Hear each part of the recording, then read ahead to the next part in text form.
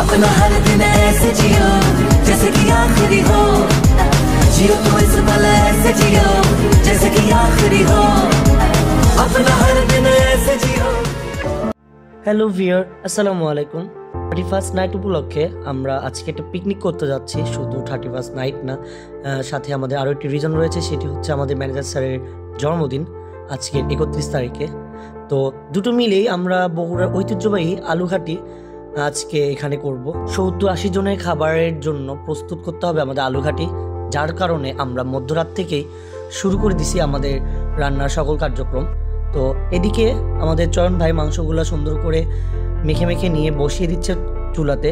এদিকে সুন্দর করে রাসেল ভাই মাংসগুলো নেড়ে নেড়ে নিচ্ছে যেন মাংসগুলো লেগে না যায়। তো চয়ন ভাই পুরো মাংস রান্নার দায়িত্ব চয়ন ভাইয়ের। চয়ন ভাই আসলে এই মাংস রান্নাটা অসম্ভব সুন্দর করে রান্না করতে পারে, এটা আসলে যারা খেয়েছে তারাই বুঝবে। অপরদিকে খাসি মাংসটার প্রসেসিং চলতেছে, খাসি মাংসটাও বসিয়ে দেওয়া হবে। অ্যাকচুয়ালি আমাদের অনেক কলিগ রয়েছেন যারা বগুড়া আলুঘাটির কথা অনেক শুনেছে, অনেকবারই শুনেছে, কিন্তু খাওয়ার ওইভাবে সুযোগ হয়ে ওঠে নাই, যার কারণে আজকে পিকনিকে আমাদের আলুঘাটিটা সবাইকে চমক দিয়ে দিবে এক প্রকার, যে আসলে বগুড়ার আলুঘাটিটা কতটা সুস্বাদু সেটা তারা আজকে এই রান্নাটা খেলেই বুঝতে পারবে।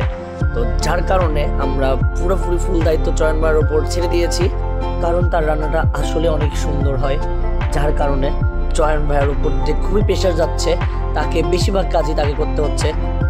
অলরেডি আমাদের আলুঘাটি কিন্তু প্রায় হয়ে এসেছে, এখন শুধু মাংসটা মিক্সড করে বসিয়ে দেওয়া বাকি। তো ইতিমধ্যে মাংস আমাদের মিক্সড করা হয়ে গিয়েছে, আর অল্প কিছু সময়ের মধ্যে আমাদের আলুঘাটি পুরোপুরিভাবে কমপ্লিট হয়ে যাবে। তো আমাদের এছাড়াও আরও এখনও খাসি মাংস বাকি রয়েছে, প্লাস আমাদের আরও সবজি রান্না করা বাকি রয়েছে। সারা রাত জেগে আমরা কাজগুলো করেছি, এই পরিশ্রমের ফলটা যখন মানুষ আলুঘাটি খেয়ে প্রশংসা করবে তখনই আমাদের পরিশ্রমটা সাকসেসফুল হবে। তো সবাই অনেক অনেক কাজ করেছে, আমি একটু বেশি ফাঁকি মেরেছি, তো ভাবলাম একটু নাড়া দিয়ে ভিডিও নিয়ে নিই। A few moments later.